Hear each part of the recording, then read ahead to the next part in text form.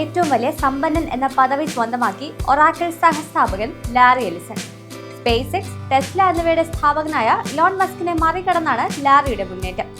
കഴിഞ്ഞ ദിവസം ഒറാക്കിളിന്റെ വരുമാന റിപ്പോർട്ട് വന്നതോടെ ലാറി എലിസന്റെ സമ്പത്ത് $101 ബില്യൺ വർദ്ധിച്ച് $393 ബില്യൺ ആയി.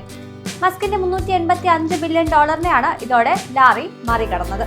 ഒറ്റ ദിനം കൊണ്ട് വലിയ നേട്ടമാണ് ലാറിക്കുണ്ടായതെന്നും അദ്ദേഹത്തിന്റെ സമ്പത്തിലുണ്ടായ വർധന ഇതുവരെ രേഖപ്പെടുത്തിയതിൽ വെച്ച് ഒരു ദിവസം കൊണ്ടുണ്ടായ ഏറ്റവും വലിയ വർധനവാണെന്നും ബ്ലൂംബർഗിന്റെ കണക്കുകൾ പറയുന്നു. 81-കാരനായ എലിസൺ ഒറാക്കിൾ ചെയർമാനും ചീഫ് ടെക്നോളജി ഓഫീസറുമാണ്. ബുധനാഴ്ച രാവിലെ മാത്രം ഒറാക്കിൾ ഓഹരികൾ 41% ഉയർന്നത്. ഒറ്റ ദിനം കൊണ്ട് കമ്പനി നേടുന്ന ഏറ്റവും വലിയ ഓഹരി മുന്നേറ്റമാണ് ഇത്. ഒറാക്കിളിന്റെ ഏറ്റവും വലിയ വ്യക്തിഗത ഓഹരി ഉടമയാണ് എലിസൺ. ഓഹരികളുടെ വില വർദ്ധിക്കുന്നതോടെ ലോകത്തിലെ ഏറ്റവും വലിയ സമ്പന്നൻ എന്ന പദവി അദ്ദേഹത്തിന് നിലനിർത്താനാവും. ലോകത്തിലെ ഏറ്റവും വലിയ ധനികൻ എന്ന നിലയിൽ മസ്ക് സൂക്ഷിച്ച ആധിപത്യമാണ് ഇതോടെ അവസാനിച്ചത്. 2021 മസ്ക് ആദ്യമായി ലോകത്തിലെ ഏറ്റവും വലിയ സമ്പന്നൻ എന്ന പദവി നേടിയത്. ഇതിനിടെ 2 തവണ മസ്കിന് ഈ പദവി നഷ്ടമായിരുന്നുവെങ്കിലും അദ്ദേഹം അത് തിരിച്ചു പിടിച്ചിരുന്നു.